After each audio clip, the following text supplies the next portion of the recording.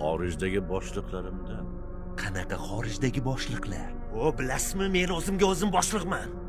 Nega endi ular meni hayotimni, yo dadamni hayotini, yo meni oilamni taqdirini hal qilish kerak? Tupurdim men ularga, tushundingizmi? Nima ish qilgan bo'lsam, qonunga suyanib ish tutganman. Qonunga suyanib ish tutganman?